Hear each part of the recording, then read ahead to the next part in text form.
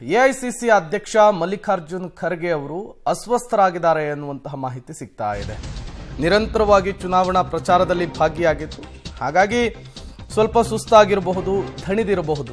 ಜಮ್ಮು ಕಾಶ್ಮೀರದಲ್ಲಿ ಚುನಾವಣಾ ಭಾಷಣದ ವೇಳೆ ಮಲ್ಲಿಕಾರ್ಜುನ್ ಖರ್ಗೆ ಅವರು ಅಸ್ವಸ್ಥರಾಗಿರುವಂಥದ್ದು.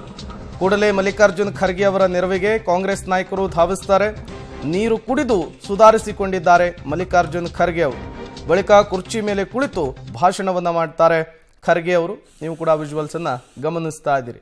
ನಿರಂತರವಾಗಿ ಚುನಾವಣಾ ಪ್ರಚಾರಗಳಲ್ಲಿ, ರ್ಯಾಲಿಗಳಲ್ಲಿ, ರೋಡ್ ಶೋಗಳಲ್ಲಿ ಭಾಗಿಯಾದಂತಹ ಸಂದರ್ಭದಲ್ಲಿ ಈ ರೀತಿ ಸುಸ್ತಾಗೋದು, ದಣಿವಾಗೋದು ಸಹಜ. ಅದೇ ರೀತಿ ಆದಂತೆ ಕಾಣಿಸ್ತಾ ಇದೆ. ತದನಂತರ ಸುಧಾರಿಸಿಕೊಂಡು ಮತ್ತೆ ಚೇತರಿಸಿಕೊಂಡಿದ್ದಾರೆ ಮಲ್ಲಿಕಾರ್ಜುನ್ ಖರ್ಗೆ ಅವರು. ಮತ್ತಷ್ಟು ಡೀಟೇಲ್ಸ್ ಕೊಡ್ತಾರೆ ಶಬೀರ್ ದೂರವಾಣಿ ಸಂಪರ್ಕದಲ್ಲಿ ಜಾಯ್ನ್ ಆಗಿದ್ದಾರೆ. ಶಬೀರ್, ಏನಾಯ್ತು ಅಂತ ಮಲ್ಲಿಕಾರ್ಜುನ್ ಖರ್ಗೆ ಅವರಿಗೆ? ಸದ್ಯಕ್ಕೆ ಎಲ್ಲ ಆರಾಮ ಹೇಗೆ ಅಂತ? ಪ್ರೇಮ್, ಸದ್ಯಕ್ಕೆ ಮಲ್ಲಿಕಾರ್ಜುನ್ ಖರ್ಗೆ ಅವರ ಆರೋಗ್ಯ ಪರಿಸ್ಥಿತಿ ಸುಧಾರಿಸಿದೆ. ಅವರೀಗ ಭಾಷಣವನ್ನ ಕೂಡ ಮಾಡಿದ್ದಾರೆ. ನಿರಂತರವಾದಂತ ಪ್ರಯಾಣದಿಂದ ಈ ರೀತಿಯಾಗಿ ಆರೋಗ್ಯದಲ್ಲಿ ವ್ಯತ್ಯಾಸ ಆಗಿರ್ಬೋದು ಅನ್ನುವಂತ ಮಾಹಿತಿಗಳು ಈಗ ಪ್ರಾಥಮಿಕ ಮೂಲದಿಂದ ಬರ್ತಾ ಇರುವಂತದ್ದು. ಜಮ್ಮು ಕಾಶ್ಮೀರದಲ್ಲಿ ಇವತ್ತು ಚುನಾವಣಾ ಪ್ರಚಾರದಲ್ಲಿ ಅವರು ಭಾಗಿಯಾಗಿದ್ರು. ಸಾರ್ವಜನಿಕ ಸಭೆಯನ್ನು ಉದ್ದೇಶಿಸಿ ಮಾತನಾಡಬೇಕಾದಂತ ಸಂದರ್ಭದಲ್ಲಿ ಅವರ ಆರೋಗ್ಯದಲ್ಲಿ ಸಣ್ಣ ಪ್ರಮಾಣದ ಏರುಪೇರಾಗುತ್ತೆ.